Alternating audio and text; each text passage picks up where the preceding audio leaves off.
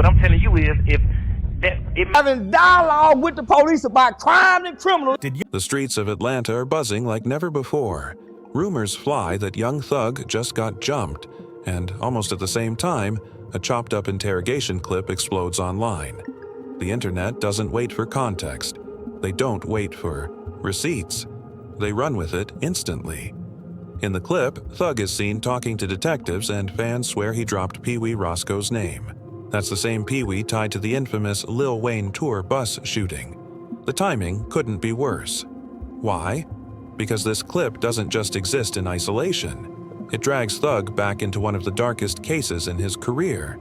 The backlash is instant. People throw out words like rat, tell-all, and hypocrite. And the loudest point? The same young thug who blasted Gunna for snitching is now being accused of doing the exact same thing. Online, hypocrisy hits harder than any court evidence.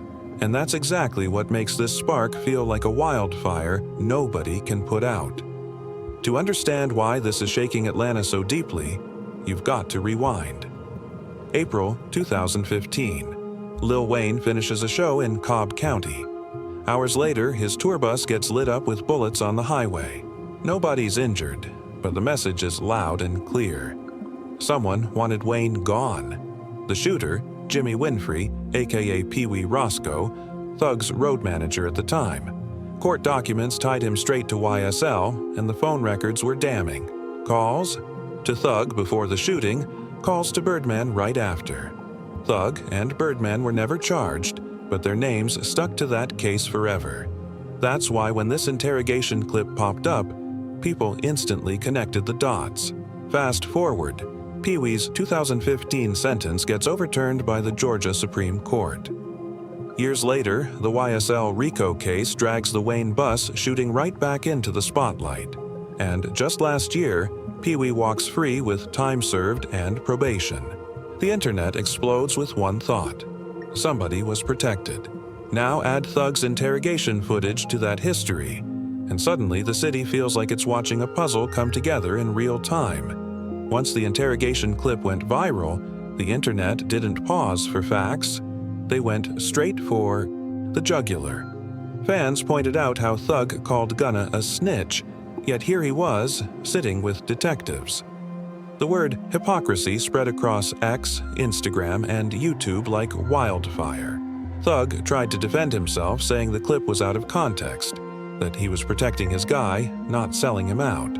But the streets weren't buying it.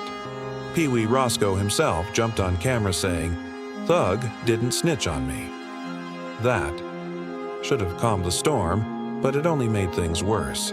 Critics called Peewee brainwashed, saying his loyalty was a strategy to stay in Thug's good graces.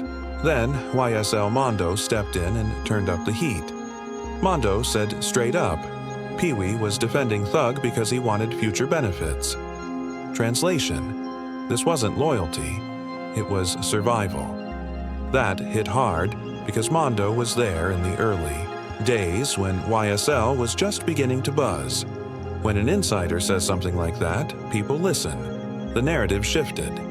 It wasn't just about whether Thug snitched, it was about whether his day ones still respected him. And that question is far more dangerous than any viral clip. The weight on Thug's name started stacking from every angle. Charleston White jumped in, clowning Thug for sitting in interrogation rooms for hours instead of lawyering up like a real gangster.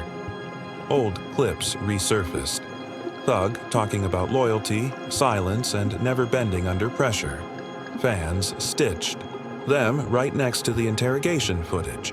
The contradictions were brutal. Meanwhile, rumor pages fanned the flames, claiming Thug was pressed or even jumped in public. No proof, no footage, just heavy captions that spread faster than truth ever could. Add in fresh court filings about detectives claiming Thug gave, info on past murders, and suddenly the image of young Thug, the untouchable, unbreakable figure, was looking cracked wide open. And then came the memes. His big gospel chains turned into comedy, fans dubbing him Gospel Thug and Rat Twin. On social media, the courtroom fight meant nothing compared to a single meme with the right caption. And that's when the pressure really exploded. Because in this culture, once the memes take over, your image is no longer in your hands. At this point, young Thug isn't just battling prosecutors in a courtroom. He's battling the streets, the blogs, and his own reflection. Every denial he posts, every defense Peewee tries to give, every legal motion his lawyers file, none of it matters. The internet has already locked in its verdict.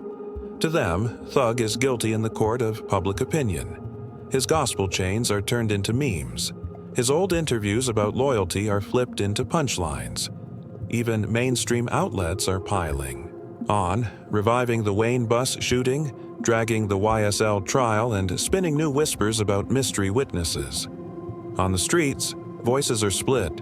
Some say Thug is still the backbone of Atlanta, others say he folded the same way he accused Gunna of doing. And while fans debate online, the reality is harsher. Thug is still on probation. One wrong move in public, whether he got pressed, jumped, or not, could bring down real consequences. That's the tightrope he's walking now. Courtroom heat. On one side, street pressure on the other, and the internet fueling both fires at once. What started as a rumor has turned into a full-on narrative collapse. And the dangerous part? In this game, once people believe you broke the code, the music stops mattering. Young Thug, once seen as untouchable, is now standing dead center in a downfall the world refuses to look away from.